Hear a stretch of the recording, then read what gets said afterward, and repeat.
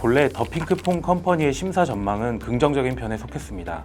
지난해 연결 기준으로 매출 974억 원, 영업이익 188억 원을 기록했고 사회이사 중심의 감사위원회와 내부 통제 시스템도 상장사 수준으로 갖춰져 있었습니다. 창업자인 김민석 대표와 관계사인 삼성출판사를 합치면 대주주 지분도 일정 수준 이상 확보된 것으로 평가됩니다. 매각설이 거론된 현재는 다릅니다. 예심 절차에선 물론 공모 과정에서도 안정적 경영권에 대한 확신을 주는 것이 관건으로 거론되고 있습니다. 보다 명확한 입장을 밝히고 장기 보호 예수 등 안전장치를 적극 수용할 필요도 있어 보입니다.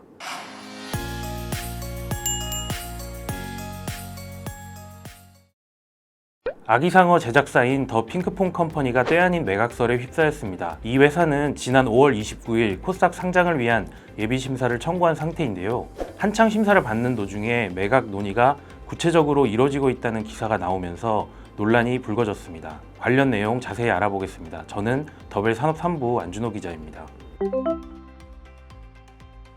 코스닥 상장을 추진 중인 더 핑크퐁 컴퍼니가 최근 예기치 못한 변수를 만났습니다.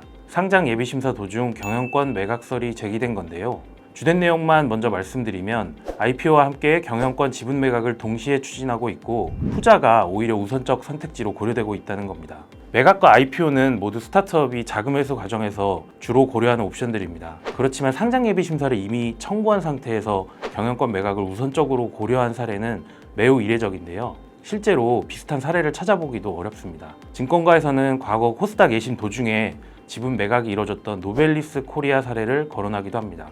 다만 노벨리스 코리아는 IPO 도전만 3차례 했던 곳으로 당시 상장 전망이 불투명해지면서 매각이 이뤄진 사례에 가깝습니다. 더 핑크퐁 컴퍼니와는 상황이 매우 다르다는 것이죠. 첫 도전에서 그것도 예심 청구 2달여 만에 매각 이야기가 거론되는 것은 매우 이례적인 상황이 맞습니다. 회사 측의 해명은 어떨까요? 들은 그대로 옮겨드리면 다양한 가능성을 열어두고 논의한 적은 있으나 구체적으로 확정된 내용은 없다라는 것입니다. 다소 모호한 설명이다 보니 시장에서는 IPO에 대한 진정성에 의문을 제기하는 분위기도 감지되고 있습니다. 과연 더 핑크퐁 컴퍼니는 매각과 상장 두 가지 전략을 병행하고 있었던 걸까요? 결론부터 말씀드리면 현재 더 핑크퐁 컴퍼니는 IPO에 집중하고 있습니다. 실제로 지난해 말 일부 M&A 제안이 있었고 예심 청구 직전에도 관련 제안이 있었던 것으로 파악이 되는데요. 하지만 회사 측에서 IPO 추진을 이유로 거절했다고 합니다.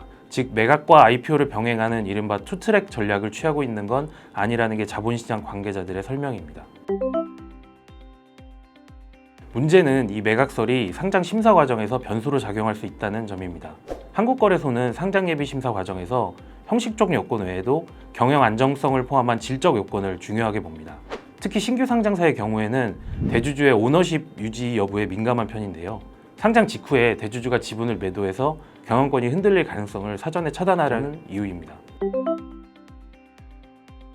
이런 배경 속에서 더 핑크퐁 컴퍼니는 장기 보호예수가 적용될 가능성이 거론되고 있습니다. 코스닥 상장 시의 기본 보호예수 기간은 규정상 6개월이지만 최근에는 한국거래소가 2년 이상, 길게는 5년의 보호예수를 요구하는 사례도 늘고 있습니다.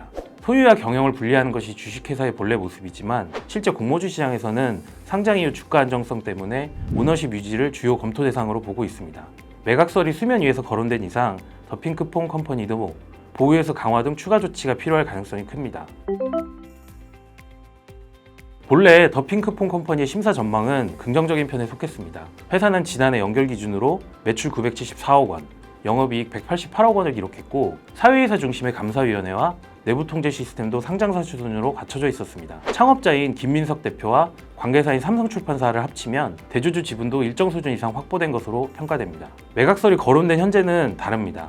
예심 절차에선 물론 공모 과정에서도 안정적 경영권에 대한 확신을 주는 것이 관건으로 거론되고 있습니다. 보다 명확한 입장을 밝히고 장기 보호 예수 등 안전장치를 적극 수용할 필요도 있어 보입니다. 예심이 진행 중인 만큼 상황 전개에 따라 나올 이야기들이 더욱 많을 텐데요. 앞으로도 기사와 더벨 유튜브 채널 등에서 또 관련 내용을 알려드리겠습니다. 산업산부 안준호였습니다.